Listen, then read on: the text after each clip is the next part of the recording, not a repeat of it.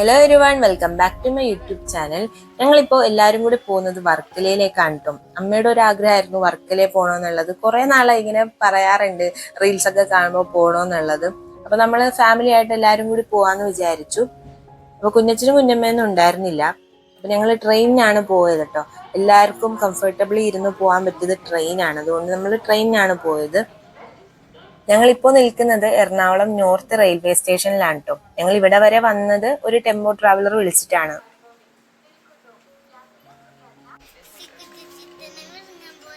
വിഴുങ്ങാനാ നമ്മ എങ്ങോട്ടാ പോണ? ഹലോ ഗായ്സ്, നമുക്ക് ഇന്നലെ ട്രെയിനിൽ പോവാം.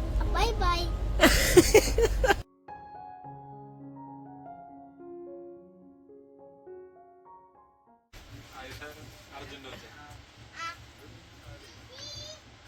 അതെന്താ കൈ എടുത്തു മാറ്റിയ?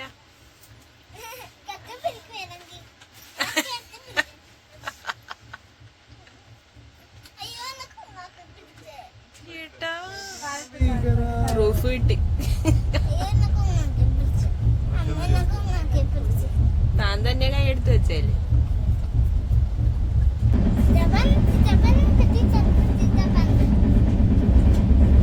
കുട്ടിച്ചാത്തനാ.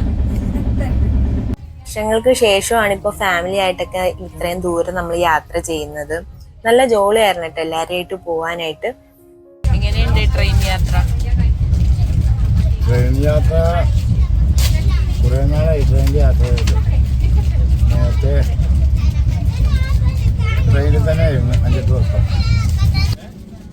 അങ്ങനെ 3 മണിക്കൂറിന് ശേഷം നമ്മൾ വർക്കല റെയിൽവേ സ്റ്റേഷനിൽ എത്തിയിട്ടോ. 3 മണിക്കൂർ എന്ന് പറയാൻ പെട്ടെന്ന് പോയി. എല്ലാവരും കൂടി ഇരുന്ന് വർത്താനമൊക്കെ പറഞ്ഞപ്പോൾ ആ സമയം പോയതേ അറിഞ്ഞില്ല.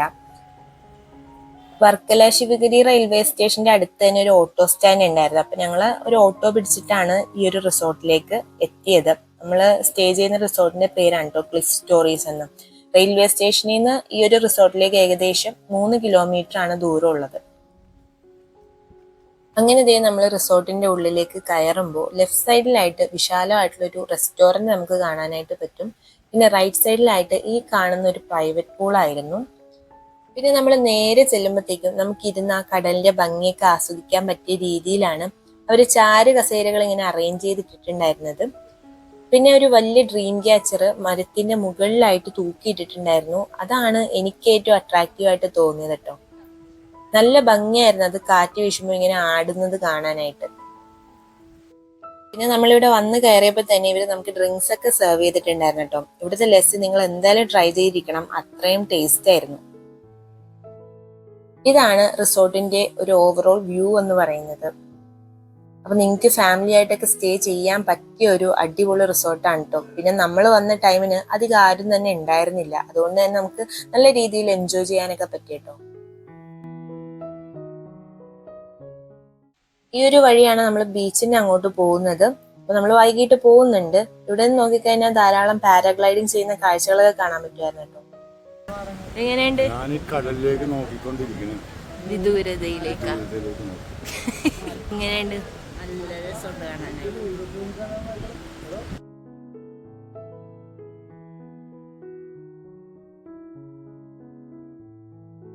മൊത്തം 4 റൂംസാണ് എടുത്തിട്ടുണ്ടായിരുന്നത്. എല്ലാ റൂംസും സിമിലർ ആണ് കാണാൻ തന്നെ. ഇനി നിങ്ങളെ ഞാൻ ബാത്റൂം ഒക്കെ ഒന്ന് കാണിച്ചു തരാം.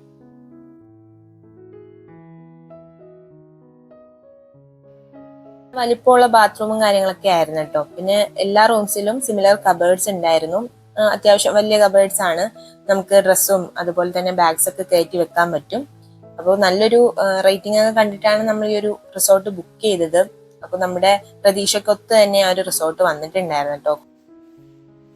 ഇനി ഞാൻ നിങ്ങളെ നമ്മൾ സ്റ്റേ ചെയ്യുന്ന റൂമിന്റെ അവിടെ നിന്ന് ആ ഒരു വ്യൂ കാണിച്ചു തരാം കേട്ടോ.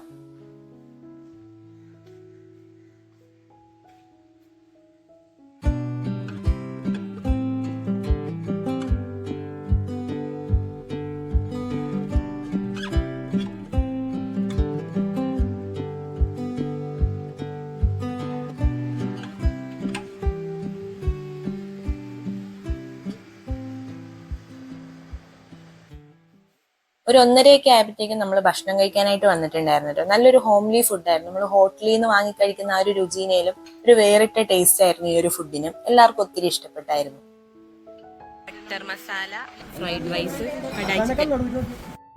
ഫുഡിന്റെ കാര്യത്തിൽ അവർ നല്ല ബെസ്റ്റ് സർവീസ് ആയിരുന്നു. നല്ല ഫ്രണ്ട്ലി ആയിട്ടുള്ള സ്റ്റാഫ് ആയിരുന്നു കേട്ടോ ഇവിടെ ഉണ്ടായിരുന്നത്. പിന്നെ നമുക്ക് നല്ലൊരു ആംബിയൻസിൽ ഇവിടെ ഇരുന്ന് കഴിക്കാനായിട്ട് പറ്റും. അതാണ് ഹൈലൈറ്റ് ആയിട്ട് പറയേണ്ട ഒരു കാര്യം. നല്ലൊരു കാറ്റും അതുപോലെ ഭയങ്കര പീസ്ഫുൾ ആയിട്ടുള്ള ഒരു വൈബായിരുന്നു മൊത്തം ഉണ്ടായിരുന്നത്. അങ്ങനെ നല്ല അടിപൊളി ഫുഡൊക്കെ കഴിച്ചിട്ട് നമ്മൾ നേരെ വന്ന് ആ ചാരുകസേരയിലേക്ക് വന്ന് അങ്ങോട്ട് കിടന്നു. ഭയങ്കര കാറ്റായിരുന്നു. നമുക്ക് അവിടെ നിൽക്കാൻ പറ്റില്ല, അത്രയും കാറ്റായിരുന്നു. നിങ്ങൾക്ക് ആ ഡ്രീം ക്യാച്ചർ കിടന്ന് ആടുന്നത് കാണുമ്പോൾ തന്നെ മനസ്സിലാവും. നമ്മളിപ്പോ ഇരിക്കുന്നത് തല്ലിത്തേങ്ങ മരം ഉണ്ടല്ലോ, അതിന്റെ അടിയിലായിട്ടാണ്. നല്ലൊരു ഷെയ്ഡാണ് കേട്ടോ, നല്ല തണൽ വൃക്ഷമാണത്. അപ്പോൾ ഇത്രയും വെയിലായിട്ട് കൂടി നമുക്ക് ഒരു തീരെ വെയിൽ കൊള്ളുന്നില്ല എന്ന് തന്നെ പറയാം. നല്ലൊരു സ്പോട്ടിൽ തന്നെയാണ് അത് നിൽക്കുന്നതും.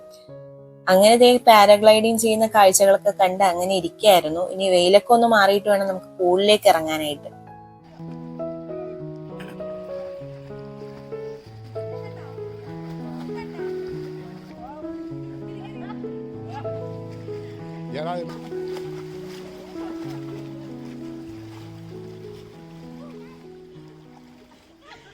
പിന്നെ ഞങ്ങൾ പൂളിലേക്കൊക്കെ ഇറങ്ങിയിട്ടുണ്ടായിരുന്നു കേട്ടോ. ഒരു 1.5 മണിക്കൂറോളം പൂളിൽ സ്പെൻഡ് ചെയ്തു. പിന്നെ ചേച്ചമ്മമാരൊന്നും ഇറങ്ങിയില്ല. അവർക്ക് ഞങ്ങളൊക്കെ ഇറങ്ങി ഇങ്ങനെ കളിക്കുന്നത് കാണാനൊക്കെയാണ് ഇഷ്ടം. അപ്പൊ അവരതൊക്കെ കണ്ട് ഇങ്ങനെ എൻജോയ് ചെയ്തൊക്കെ ഇരുന്നിട്ടുണ്ടായിരുന്നു.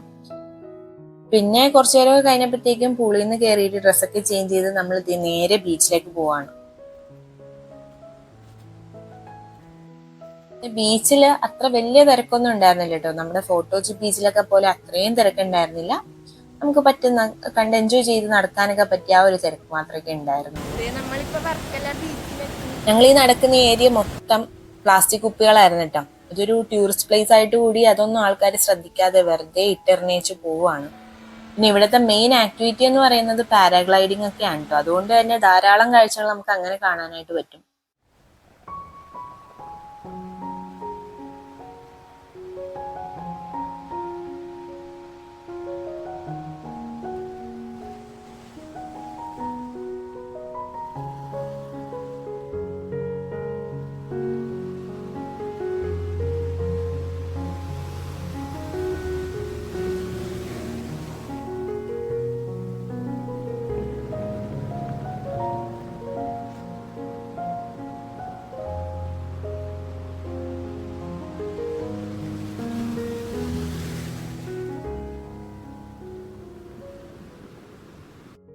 ഞങ്ങൾ ബീച്ചിൽ നിന്ന് വന്നപ്പോഴത്തേക്കും ഏകദേശം ഒരു 8 മണിയൊക്കെ ആയിട്ടുണ്ടായിരുന്നു.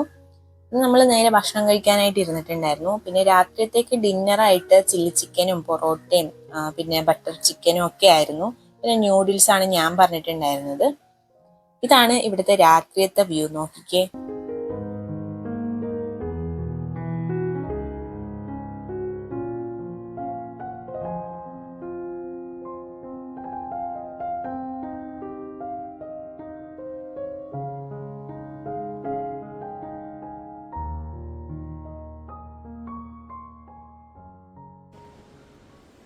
പിന്നെ ഒരു 6 മണിയൊക്കെ ആയപ്പോഴത്തേക്കും എണീറ്റിട്ടുണ്ടായിരുന്നു കടലിന്റെ ഭംഗിയൊക്കെ കാണാൻ വേണ്ടിയിട്ട്. അപ്പോൾ കണ്ണേനെ വിളിച്ചപ്പോഴത്തേക്കും ആളവിടെ ഇല്ല, ആളതേ അറ്റത്തേക്ക് പോയിക്കാന്ന് പറഞ്ഞു. ഞാൻ ഇറങ്ങി ചെല്ലാണ്. ഞാൻ ചെന്നപ്പോഴത്തേക്കും കടൽ നല്ല ശാന്തമായിട്ട് ഇങ്ങനെ കിടക്കുകയായിരുന്നു കേട്ടോ.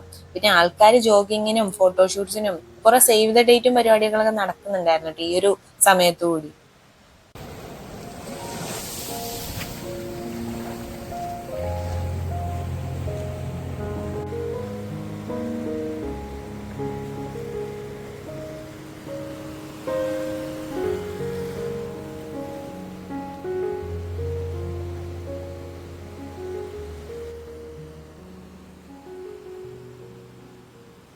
നമ്മൾ മിക്കവരും ചെയ്യുന്ന ഒരു കാര്യമായിരിക്കുമല്ലേ, ബീച്ചിൽ വന്നു കഴിഞ്ഞാൽ ഇങ്ങനെ ഷെൽസ് ഒക്കെ പെറുക്കിയെടുത്ത് ചുമ്മാ കയ്യിലൊക്കെ പിടിച്ച് ഫോട്ടോ എടുക്കുന്നത്.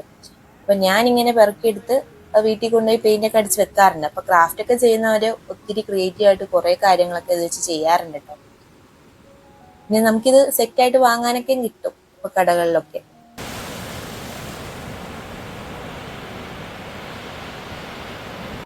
ഇതാണ് നമ്മുടെ രാവിലത്തെ ബ്രേക്ക്ഫാസ്റ്റ്.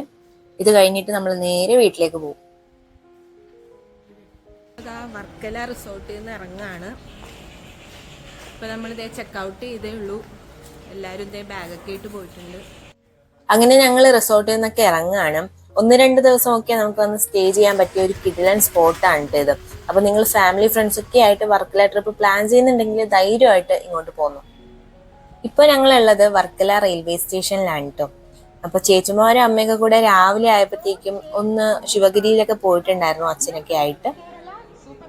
അപ്പൊ അവർക്ക് അവിടെ ഒത്തിരി ഇഷ്ടപ്പെട്ടെന്ന് പറഞ്ഞു. ഭയങ്കര പീസ്ഫുൾ ആയിട്ടുള്ള ഒരു സ്ഥലമാണല്ലോ. അപ്പൊ അവർക്ക് ഒത്തിരി ഇഷ്ടപ്പെട്ടത് അവിടെയാന്നാ പറഞ്ഞത്.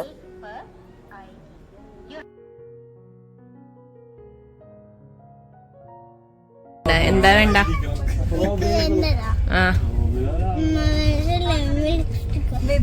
അത് മാറ്റി നിക്കേഴ്സാ. നിക്കേഴ്സ് ഇപ്പൊ കഴിക്കാൻ പാടില്ല.